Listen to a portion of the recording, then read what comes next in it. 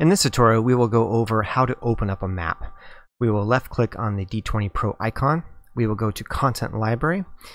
The last video that I actually did was in regards to the creature library. So what we're going to do is we're going to go to the map library. In the left, remember how I talked about how most of these are red, which means that they're closed. So what we're going to do is we're going to open up that hut map that I've done before. As you can see here, this is how you open up a map. And notice how the icon turns green, which means that that map is now open and it is selectable inside of your D20PRO icon here. In this tutorial, we're going to add a creature to the map and to the roster, and I'll show you the differences between the rosters. You'll see here we already have the map open from the last video. What we're going to do is we're going to go into the creature library. We're going to grab Dolrith. We're going to drop him on the map and he shows up as an icon. Now, if I left click here and I go into roster, you'll notice that he pops up in what's considered the active roster, which means that anybody in the active roster is going to do initiative. If they are in the passive roster, which if I left click on passive, that actually expands it out. If I move him from active to passive, that means that he will no longer be in any initiative if you roll for it. In this tutorial, we're going to talk about moving tokens from one map to the other. The players are finished.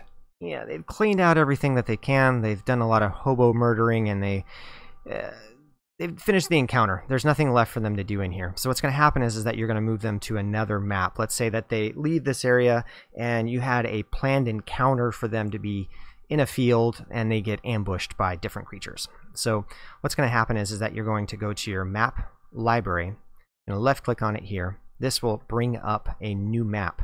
Now, the reason why I brought it up in this style is that you notice on the right hand side, the players have not moved. Nothing has changed for them. So here's a little hidden thing. If one of the players decides to move, it will change the map to whatever it is that you're looking at. So you got to make sure that they do not move any of their tokens while you are transitioning anything. Otherwise, they're going to get a nice little peek at what's going on. We're going to go back to that map. We are going to right click on a token. We're going to go, okay, move to map. And that was right click, location, move to map. You can left click on it here and go to field 01. That will, when you left click here, this will actually drop them into the field. Now, like I said, notice the players don't see this yet. So if you broadcast it, now that token will be there.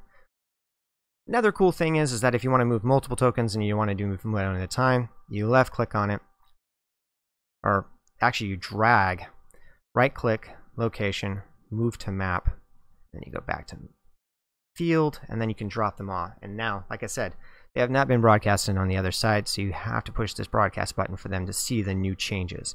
Now, another pro tip is that let's say that you want to do something quick and dirty and you don't want to right click, you don't want to do all that stuff.